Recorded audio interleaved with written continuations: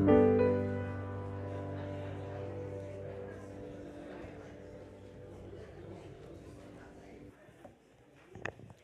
morning.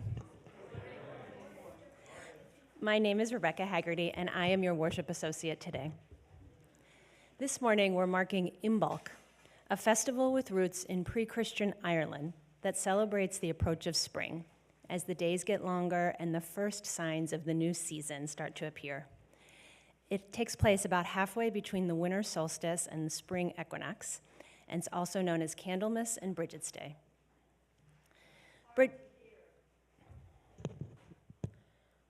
Brigid is one of the patron saints of Ireland, but also one of the most powerful and beloved Celtic deities, a goddess of poetry, healing, and fire. According to legend, she brought keening to Ireland. That's the eerie, haunting wailing traditionally performed by Irish and Scottish women at funerals, wakes, and in other times of great sorrow. The Irish poet Yvonne Boland wrote that keening gave ritual and shape to mourning. In her essay, Can Poetry Console a Grieving Public?, she argued, if poetry does not address public grief in some way, it runs the risk of abandoning one of its great roles and one of its great genres, which is elegy. Keening, she said, allows for a sacred and public expression of loss, and poetry should offer the same. Today's liturgy was created by members of the emerging UUSM chapter of CUUPS, the Covenant of Unitarian Universalist Pagans, which is dedicated to studying and sharing the wisdom of pagan and earth-centered spirituality. It's a wonderful service with songs, stories, rituals, and lots of poetry. I'd like to end with this poem from Kim Stafford called What For? What is beauty for? Sunset searing my soul without thought or plan. Dawn green beauty, bee hum honey. Stone in hand so silky, the long sea worked centuries to ravish. And what for pain? Thorn in my heart from my hurt child. Dumb ache from my brother gone 30 years. Slow burn of disgrace when I fail at what I am to do, to see my country bruised and torn. So to make good things, a song, a kind act of friendship, feed on beauty at every turn. And to make truth, feed on sorrows, gnash their salty structures, and bite the bitter rind. Come, let us worship together.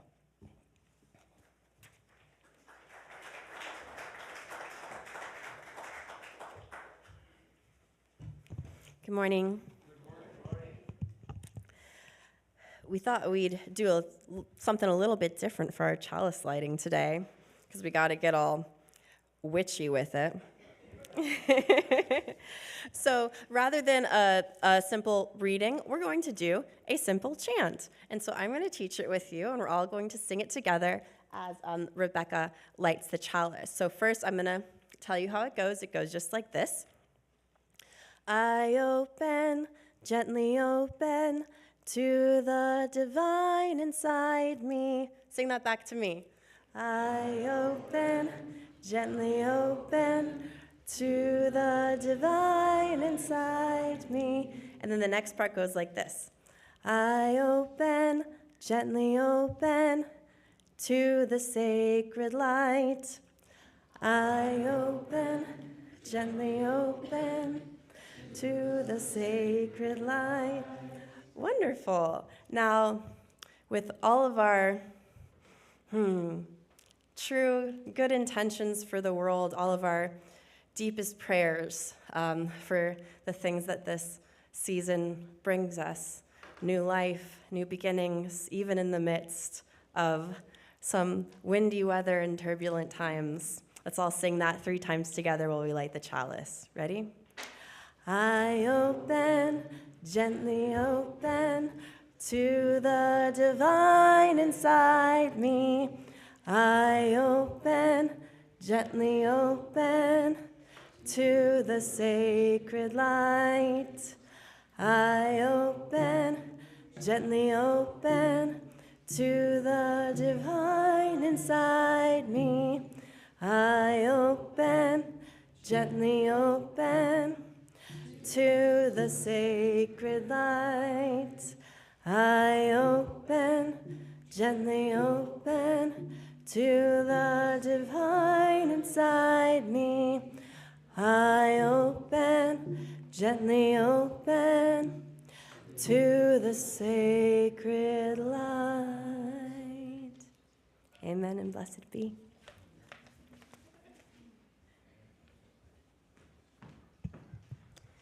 Please rise in body or spirit for our opening hymn, 1073 in your teal hymnal. The earth is our mother. And then please remain standing for our covenant and hymn of praise.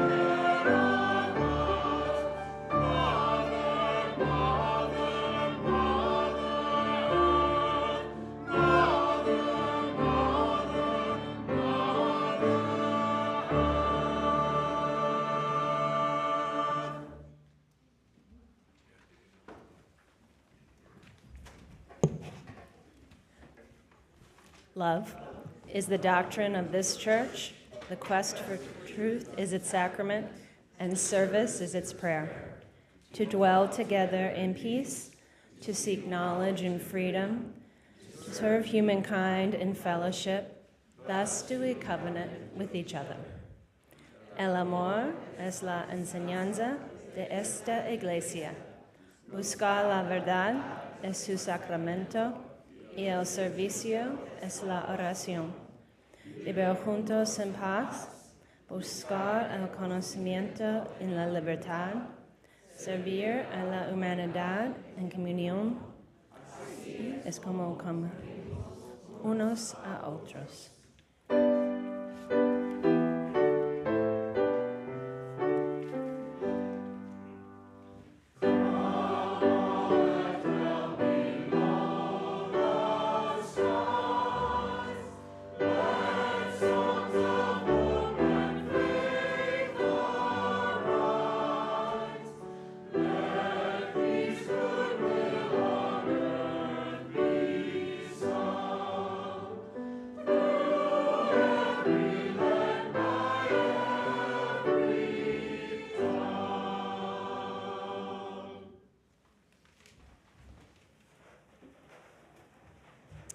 Good morning. So making this a real pagan holiday, we're going to start by calling in the directions. So the circle of the 4 directions is how we respect the planet and create a community. Everyone within this space is a part of this energy. When beginning any ceremony of the craft, it is traditional to welcome the spirits and the sacred elements of air, fire, water, and earth, and bring their powers to the right. You are invited to join us as we welcome by standing and turning to face each direction in body or in spirit with your hands raised. Although this is intended to help us connect with the forces of nature, it is also to conjure them within ourselves and the many qualities that they represent. So Susan, Carrie, Rima, and I will be, and Jeremiah will be calling in directions. Again, we're just to give you a base, we are west, north, east, and south.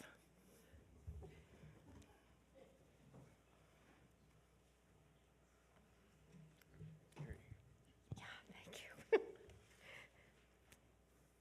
I call you, Spirit of the East, element of air, you who can foretell changes in the clouds and bring us sweet, gentle breezes that kiss our faces. I call you from the heart to be with us now.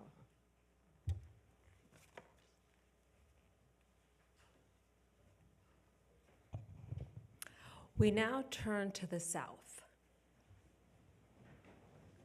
The direction of our ancestors. The south is located in the corner here, near our piano, just in case. Turning toward the south, we recognize fire, the warmth that ripens, the light that reveals, the inner flame that lives in the heart. May this fire teach us right relationship with ourselves, with one another, and with the living world. And now we turn to the west, to our chancel. Spirit of the west, spirit of water, of evening and autumn, be with us as the sun sets and help us to enjoy a rich harvest. Flow through us with a cooling, healing quietness and bring us peace.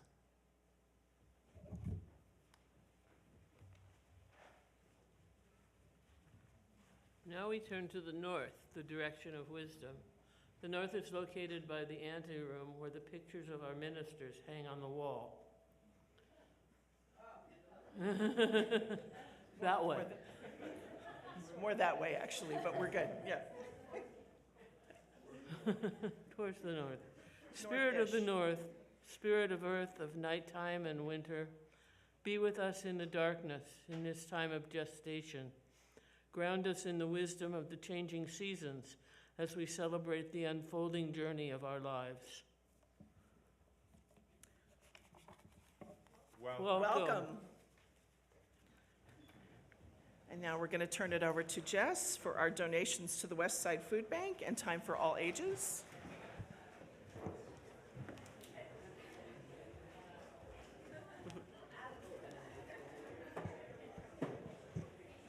Good morning, everyone.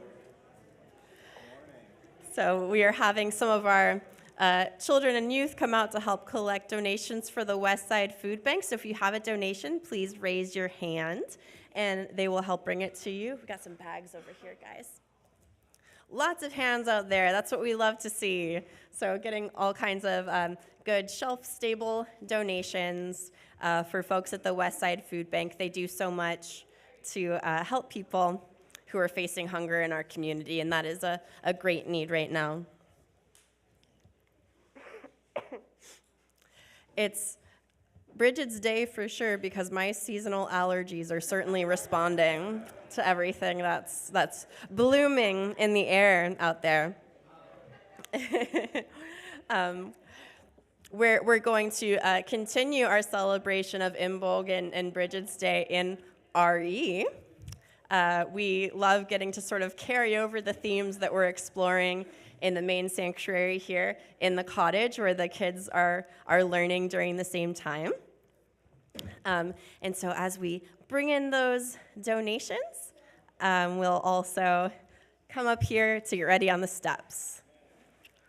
I wore my, I'll call this my mantle today, because there's an Irish story about how Brigid miraculously spread her mantle over the whole land to protect it and fill it with justice. And so that's part of our work here in doing something as simple as bringing a can of tuna, or something more complex, whatever it is that justice calls you to do in your life. All right, good job, everyone. So we'll let Kieran finish putting that in the basket. How about that? And let's all meet over here on the steps.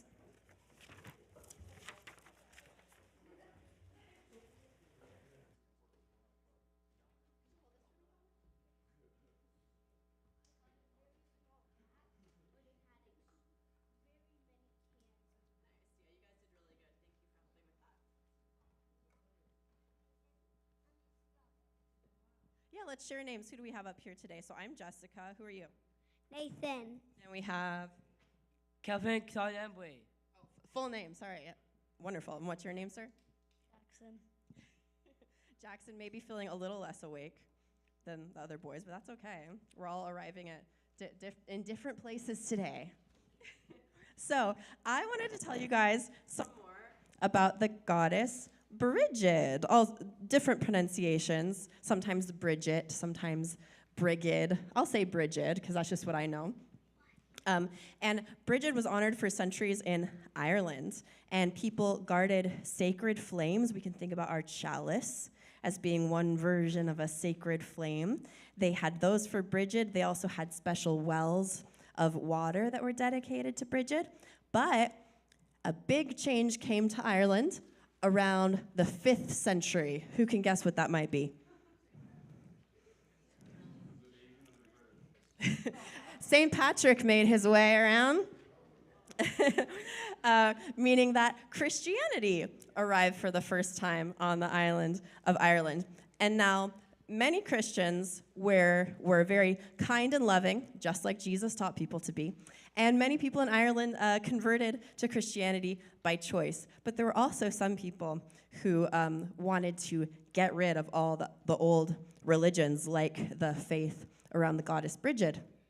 So what do you think they did? If you were a priest of the goddess Brigid and your family had been serving her for centuries, but then all of a sudden people said, that's not allowed anymore, what would you do? What I hear out there? Oh, someone's getting ahead of me. Make her a saint. That's a great idea. Now, Calvin, show us what you have in your hands there. Can you raise that up so everybody can see it? So that is what we call a Brigid's cross. Thank you, Calvin. So if we look at we have a Christian cross up there on one of our banners, and so it's kind of similar, right? We got the 4, can you hold that up again? We have the 4 points, but it's also a little bit different, and people think that this points back to an earlier symbol that has to do with the sun. And when we think about the sun returning at the end of winter and the beginning of spring, that makes a lot of sense for Brigid's celebrations. And so this symbol and some other things point out how, exactly as you said, the worship of Brigid didn't go away, but it did kind of go undercover. And so the goddess Brigid, she became Saint Brigid, and she was adopted into the church. And we have archaeological evidence that some of the holy wells of Brigid that are still maintained by the Catholic Church today are on or near the sites where the goddess Brigid was worshipped. And this didn't just happen with Brigid. We could think a little more locally to us about the Virgin of Guadalupe. And a lot of people think that this is the Christian guise of the Aztec mother goddess, Tenochtitlan. And so there are many, many times in history where the worship of the goddess became sort of enfolded into the majority religion of Christianity. Hey, Emerson, glad you could join us.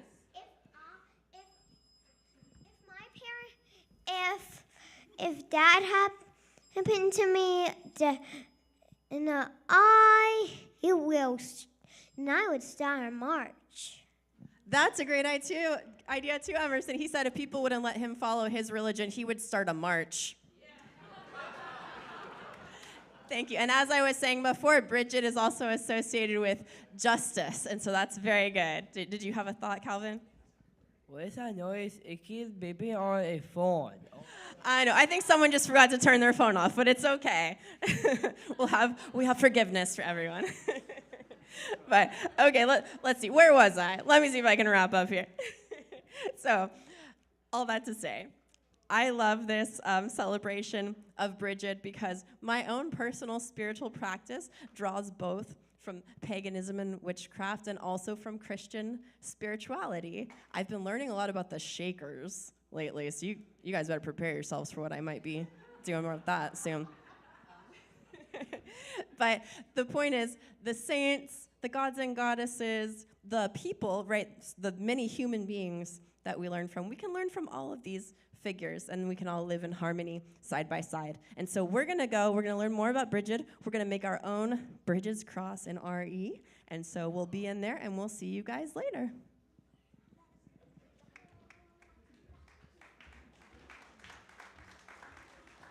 And now for a song of blessing.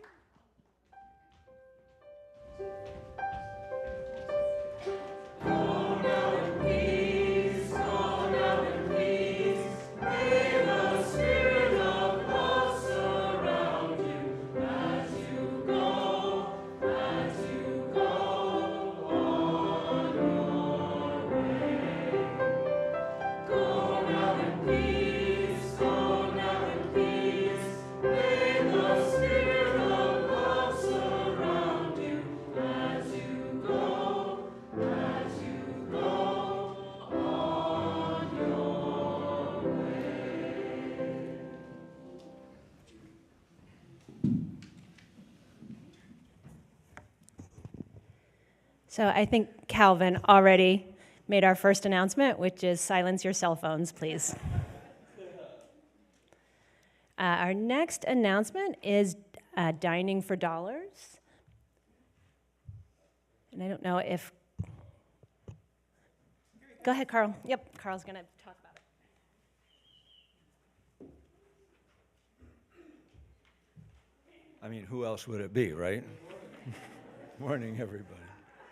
So just to remind you real quickly, Dining for Dollars is happening, and we're kind of meeting a crunch time on the 21st of the month. We're having, there it is, the party, the launch party, where you will have a chance to offer a silent auction item or a raffle thing. And but before that, and this is the important part, we want to have your offering for the events, which are going to be able to take place all year long between March and basically the end of the year. If you want to offer an event, it can happen anytime between March and the end of the year. But please find us at the table outside. So if you have any questions or you want help from us. So, but the main thing is that we need to get people's offers by next week, which is basically next Sunday. So if you have any questions, seek us out at the table outside in the courtyard. Okay? I don't know that deserves an applause, but I appreciate it.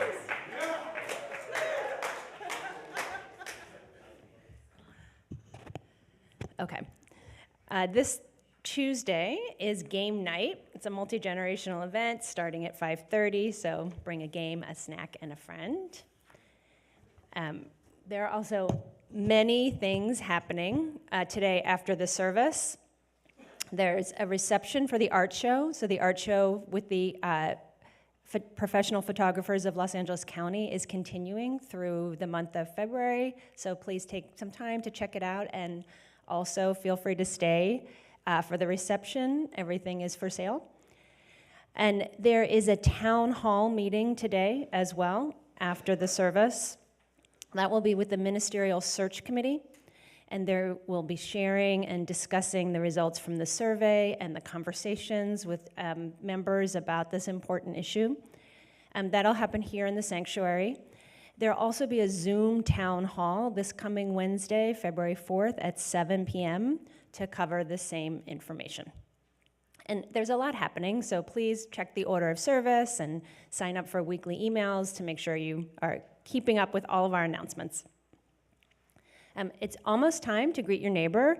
Before we do that, remember to listen for the piano cue as your cue to return to worship, and we will then follow that with music for the morning. So let's take a few moments to say hello and greet everyone around you, familiar and new.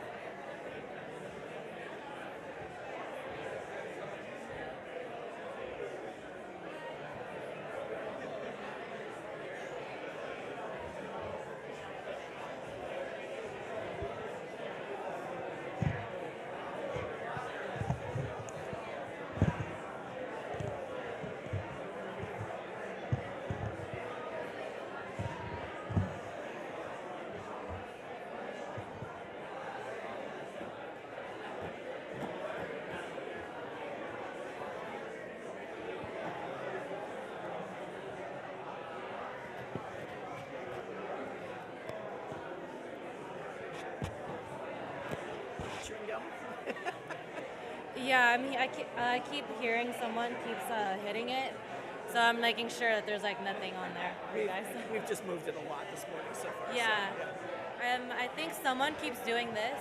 I think it's best if you just point it towards your mouth. Yeah. Yeah.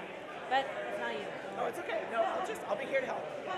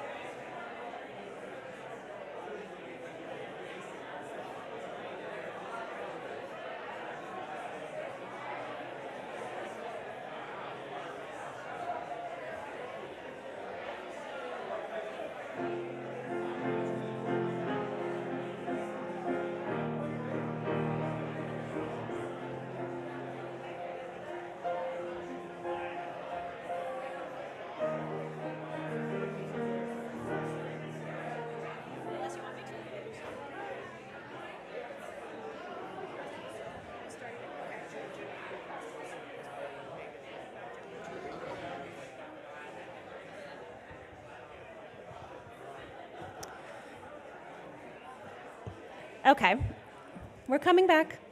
And Judith Martin-Straw will be leading the casting of a circle. This is part of the pagan ritual of today's service.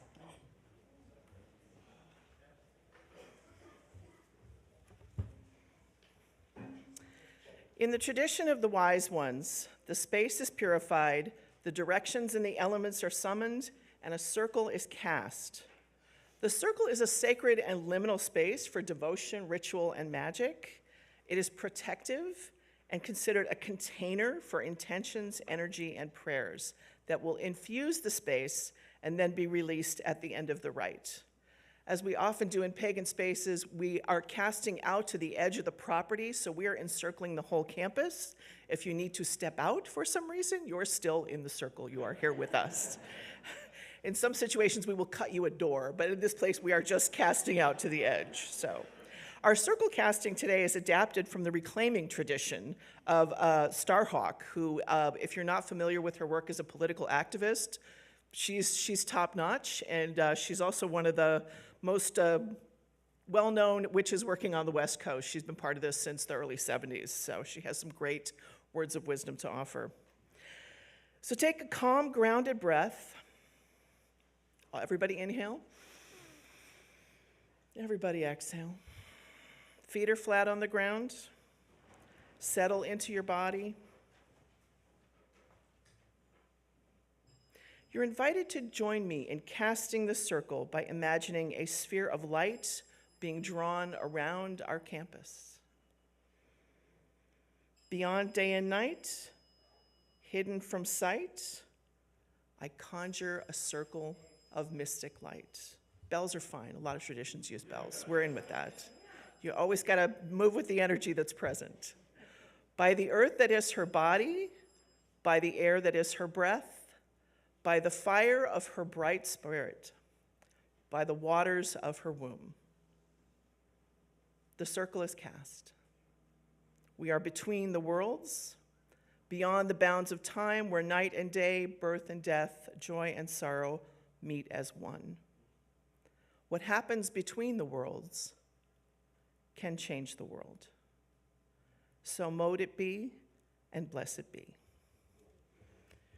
We will now raise our spiritual energy with the radiant chant, the earth, the water, the fire, the air.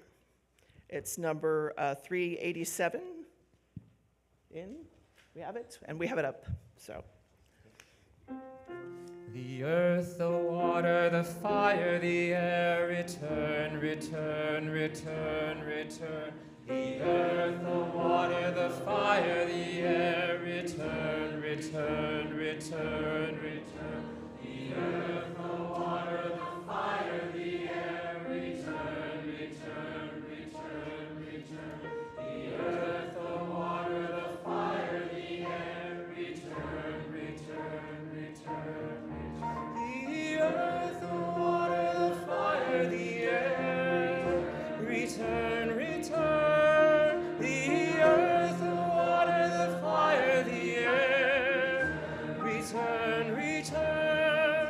The earth, the water, the fire, the air, return, return. The earth, the water, the fire, the air, return, return. You're all so good at this. You caught on right away. We will now have music for the morning. We sing a song to Brigid.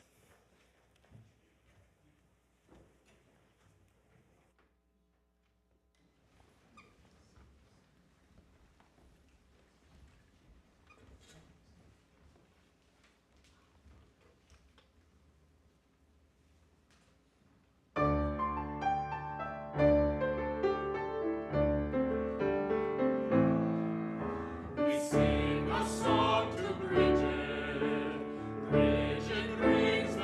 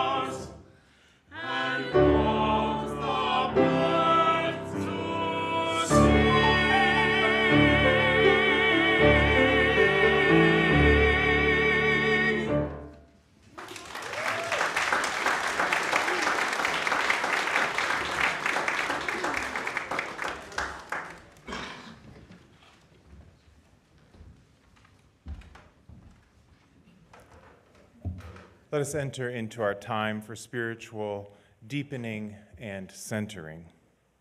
This week we're going to have a special sound meditation offered by Adrian following our joys and sorrows, since we're doing things a little bit differently for Imbolc.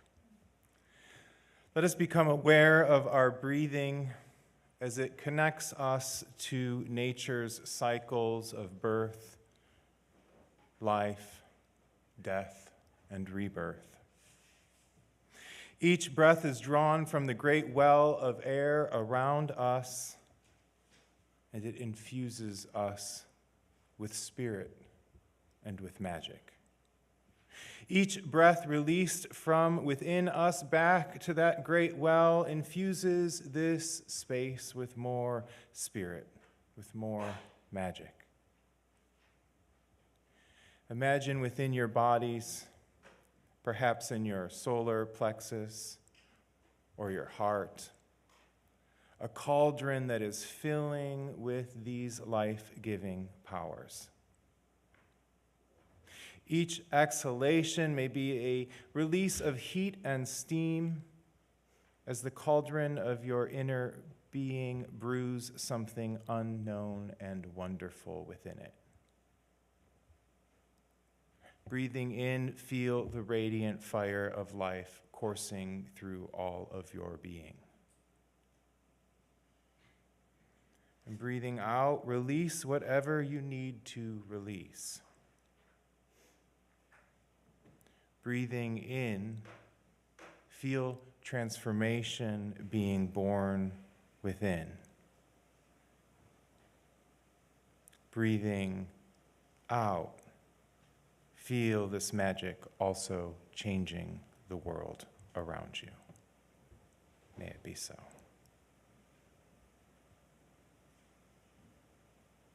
I have one great sorrow to share with the community this morning. It is with great sadness that I share that Laura, beloved wife of Larry and mother of Jake, died on Monday. She was surrounded by her family who have been by her side throughout this journey.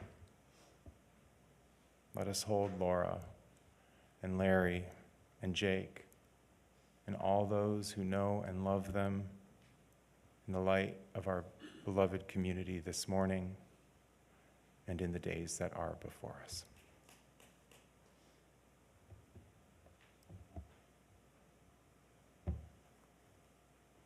We go deeper into our practice with a beautiful sound meditation by Adrian.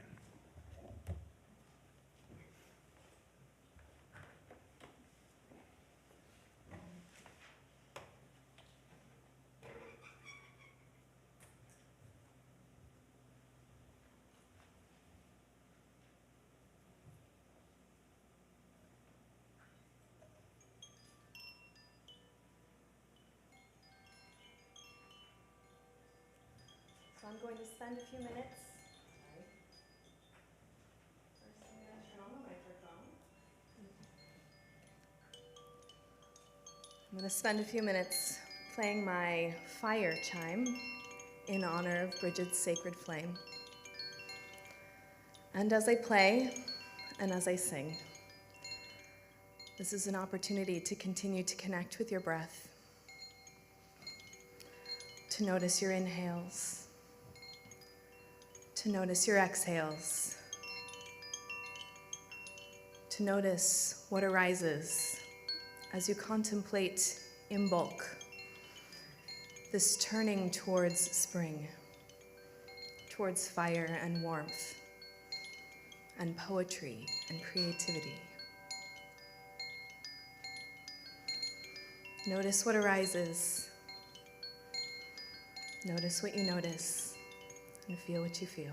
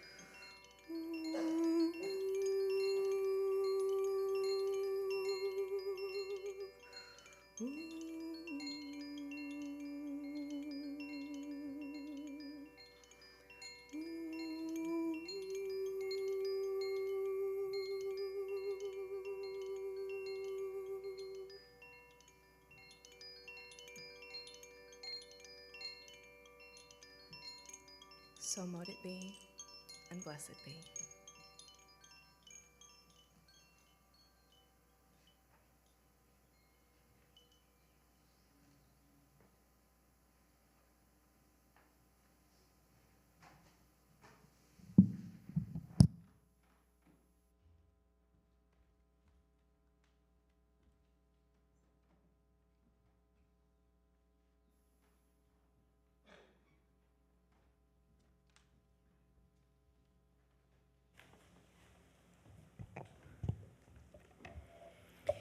In hope, in pain, in song, we passed the night.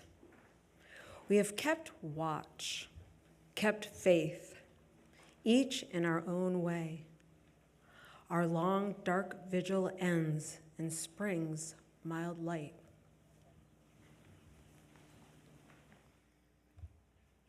We ended winter with this ancient rite, strangers until we had joined our hands to pray, in hope, in pain, in song we passed the night.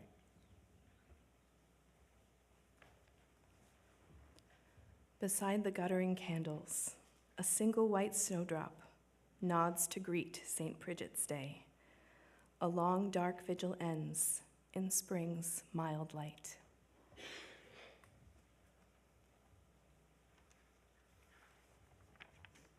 So much is wrong across the world. We fight each other, blight the land, betray our hopes.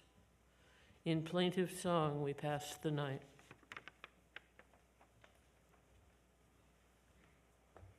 Yet we believe and pray, acolytes in service to a change too long delayed.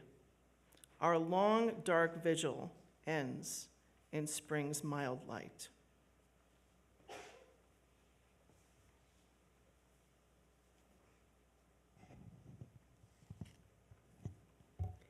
And we rise, renewed.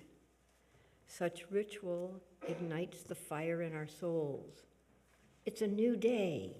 In hope, in pain, in song we pass the night.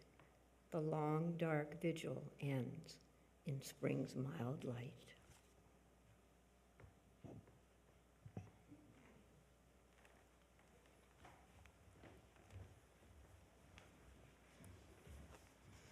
I want to take a moment to thank everyone for adding their magic in today.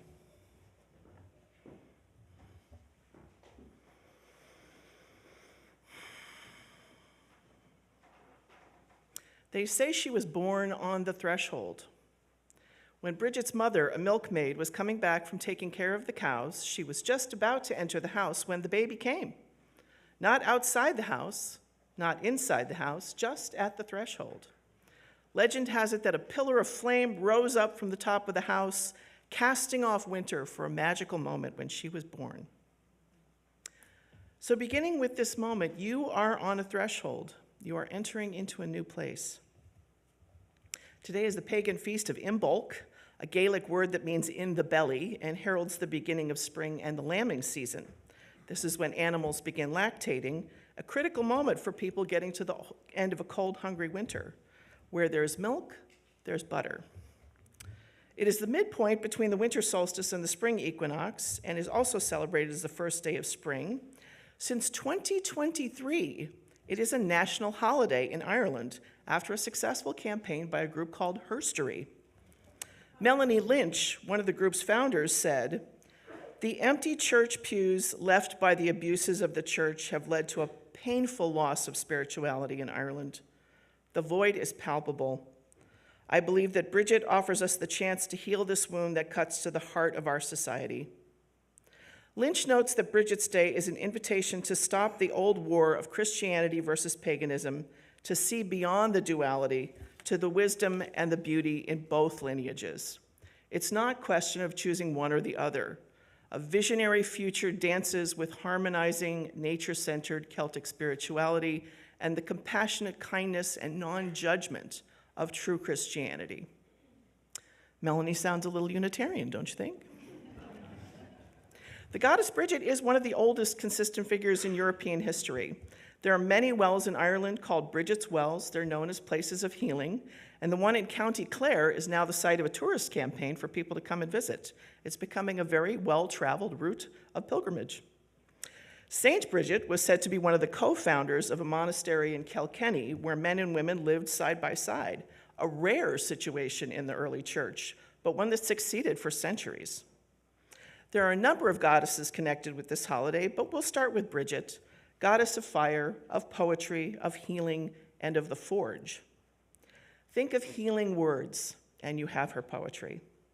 Think of the fire of creation, and you have her smithwork.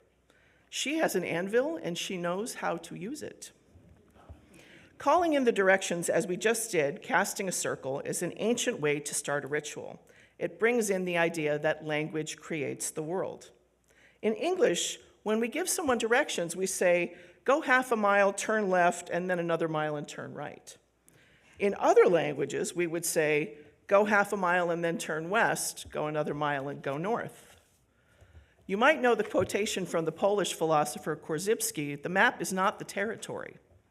Speaking English, we actually believe we are on the map. When we call in the directions, when we speak of north or west, we're on the planet. We're using a magnetic compass or we're using the stars. It's a different way to speak. It's a different place to stand. So today we're celebrating a holiday that is at least 3 different holidays, and that's not even including Groundhog Day. The Feast of St. Brigid, Catholic saints are traditionally celebrated on their birthdays. Imbolc, which we've talked about, and Candlemas, which is February 2nd, has both Jewish and Christian roots. In many Christian traditions, you would take your candles to church to get them blessed. You still have a few weeks of a dark winter to get through. You might take this moment to remind yourself that the world was only lit by fire until about the middle of the 20th century. Candlemas has 2 origins, the Jewish tradition of presenting a son after circumcision and the Irish Catholic tradition of a woman being purified by returning to the church after giving birth. One of Brigid's many traditions involves around leaving a piece of cloth just outside the house overnight. Brigid has so many stories. Somewhere there's a huge book of Brigidology that's like 9,000 pages long. When Brigid comes to visit, as she does every time on St. Brigid's Eve, just like St. Nicholas or Santa Claus, she doesn't leave candy or toys. She imbues your cloth with the gift of healing. Now you have a healing cloth, and you can use it when you need help. With poverty both widespread and long-term in Ireland, if you had a cloth, you might cut it into smaller pieces of cloth to share with your neighbors and give them some, so they would have something to lay on their forehead for a headache or wrap around a sore wrist.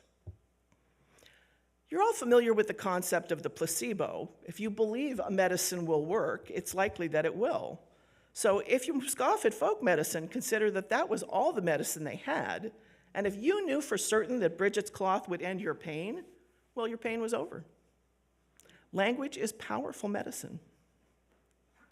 Candlemas is actually the last feast of Christmas, and it is officially the day to put your Christmas decorations away. This is it. Not January 6th, February 2nd.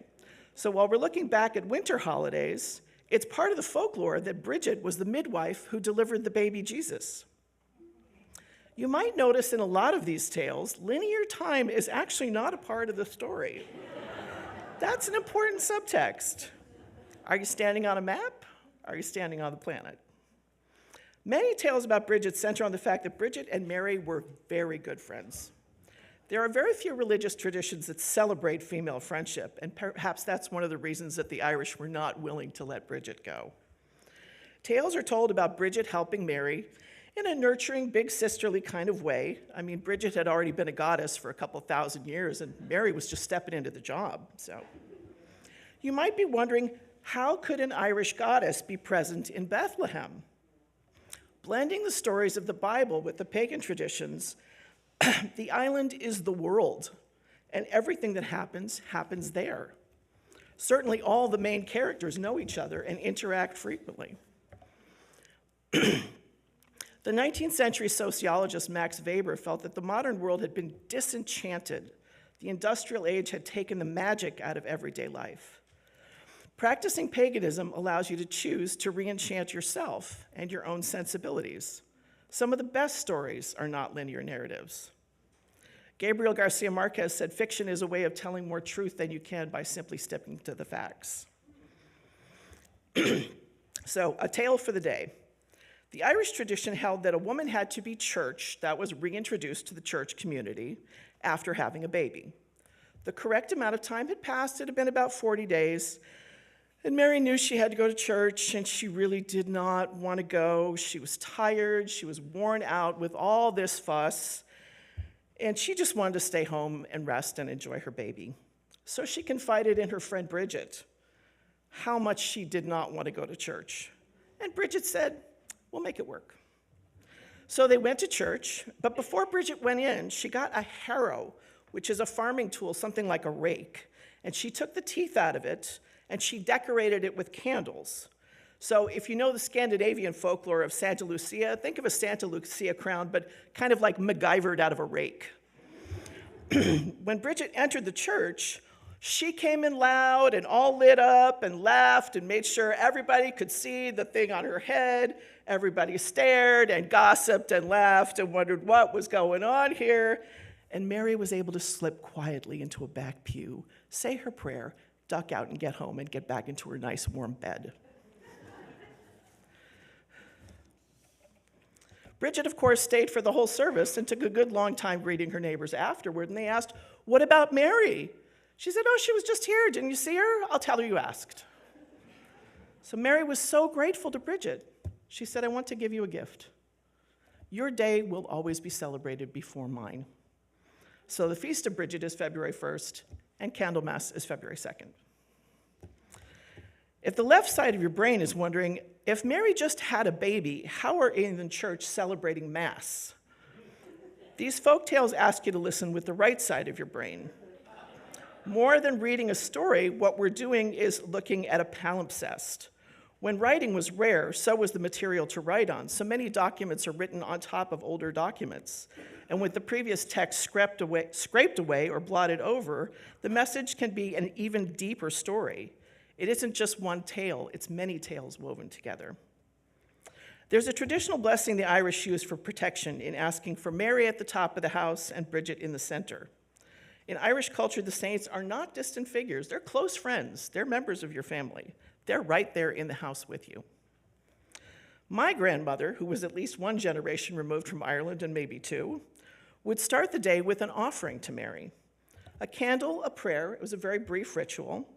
But for my mother and my aunt, it brought Mary to the breakfast table with them. In Ireland, before going to bed at night, a family member would bank the fire and ask Brigid to keep the fire until morning. Remember, before she was Saint Brigid, she was the goddess of fire. Like you might ask Alexa to turn out the lights.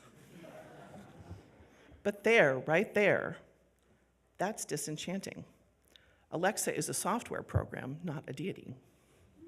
The encroachment of AI on almost every aspect of life is volunteering to be disenchanted. There has never been a more potent tool for taking your agency away from you, for giving up the power of your own words, and softening your mind. As somebody who writes for a living, I think I turn down AI probably a dozen times a day.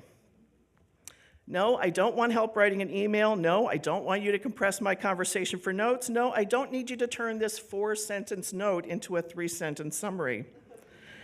Yes, it is artificial. No, it is not intelligence. It's a word-gathering program that's goal is to extract your knowledge and overwrite your vocabulary. In a recent conversation between technology observer Kara Swisher and social researcher Brene Brown, Brown offered that as an experiment, she had used AI every single day for a month, and she said at the end of the month, she actually felt physically depleted, dangerously drained. Swisher told her it's designed to be an extractive technology. So what exactly is it extracting from you when you're interacting with it? AI will never approximate a human mind because we don't even fully understand how minds work. Does the brain create consciousness? Did consciousness evolve the brain? What about all those neurons in your gut that the old wise women might call your intuition? As a poet myself, and someone who reads a great deal of poetry, I know there is something in the way that poetry communicates that is so outside of logic or chronological time or linear thinking, It is just magic. We are at a moment now that we can clearly recognize as a threshold, and it's up to you to decide how you cross over. There's a scholar of Irish language and folklore named Kate Chadbourne, who has a PhD in Celtic languages and literature from Harvard. I know that's important to some people. What I love is that she calls herself a bard. She has a charming YouTube channel where she tells stories and translates phases from the Gaelic. See, I'm not a Luddite. I don't shun technology. I'm just an Epicurean. I only use the best. Chadbourne posted a video recently entitled, "What Would Brigid Do?" What Brigid would do is within easy reach of what you can do, and I was delighted at how much of it actually overlaps with Stacey Abrams' new outreach called 10 Steps. So maybe 1,000 years from now, some group of people will be gathered to celebrate the goddess Stacey and how she gave everyone the magic they needed to save democracy. So what are the most important things to do in this moment? What would Brigid do? First, make a friend. Be a friend. Open your heart to someone. I recently had lunch with a friend I've been trying to have lunch with for months, or it might be years, and we had such a great time, we immediately booked a date to do it again. So you have to commit to friendship.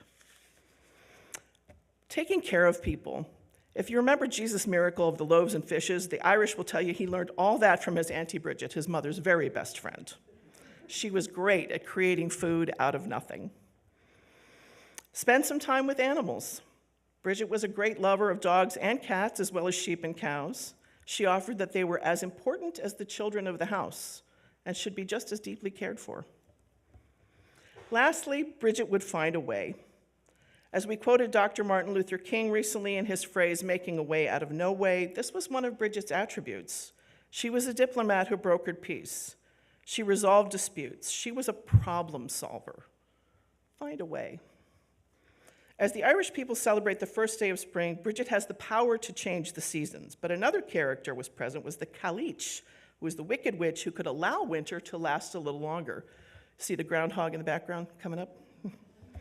Legend has it that the Cailleach would hope that February would be bright and sunny and would wake her up early and allow her to gather enough firewood so that she could tuck in for the rest of the winter, which she knew would be cold.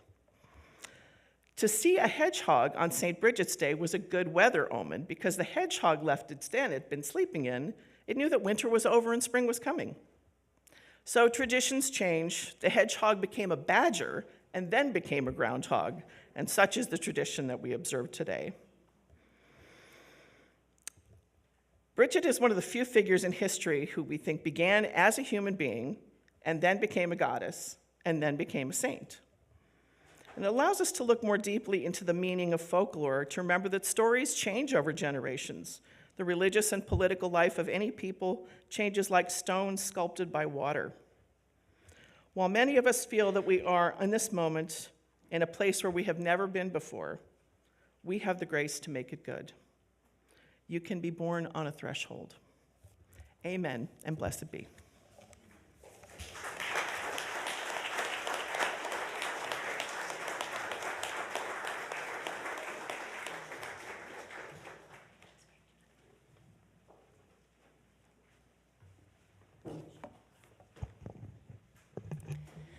Moving on to our offering.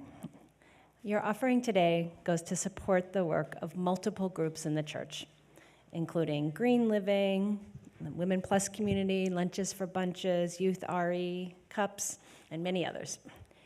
In addition, half of our Sunday offering this month goes to a community or other charitable organization, and every month.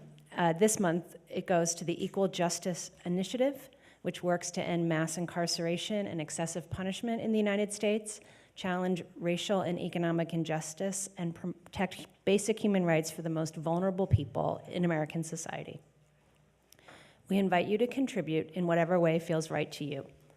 The ways to give are displayed on the slide behind me, and they are all gratefully accepted. Cash or checks can be placed in the offertory bags that will be passed around shortly. Thank you for all that you give, monetarily, with your time, and your care and your dedication to this church and community and the outside world. The ushers are now invited to come forward, and your offering will be gratefully received.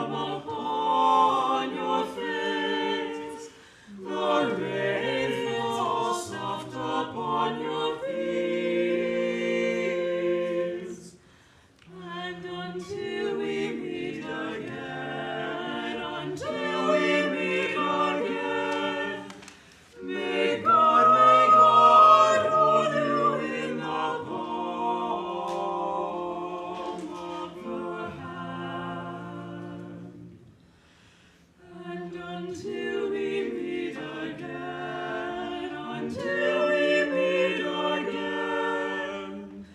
May God hold you in the palm of her hand.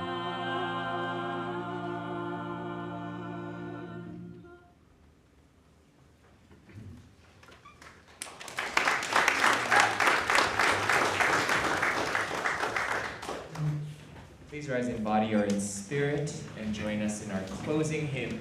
This is 1068, Rising Green.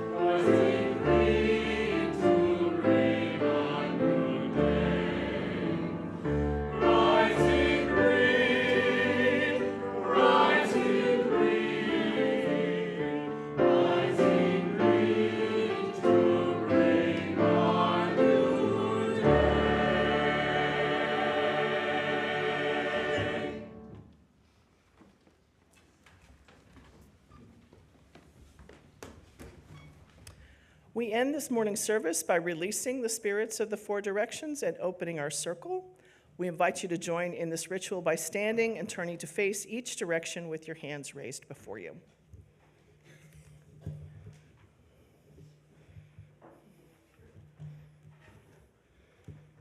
And my circle cohort is going to come up and join me. Please turn to the east, which is that way.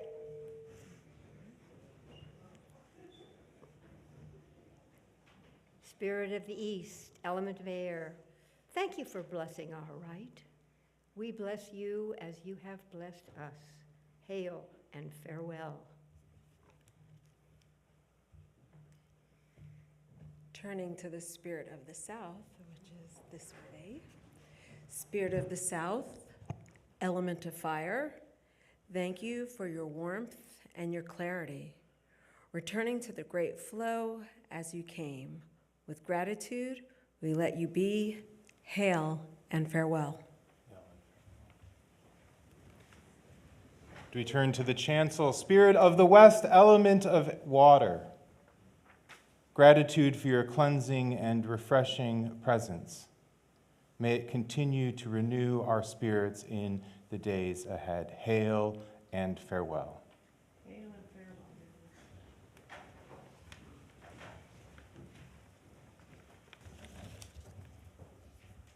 Spirit of the North, element of earth, we thank you for our sacred time together this day.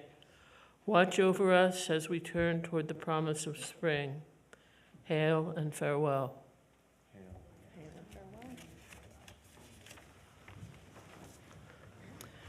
The circle is open but never broken. May the peace of the goddess be ever in your heart. Merry meet, merry part, and merry meet again.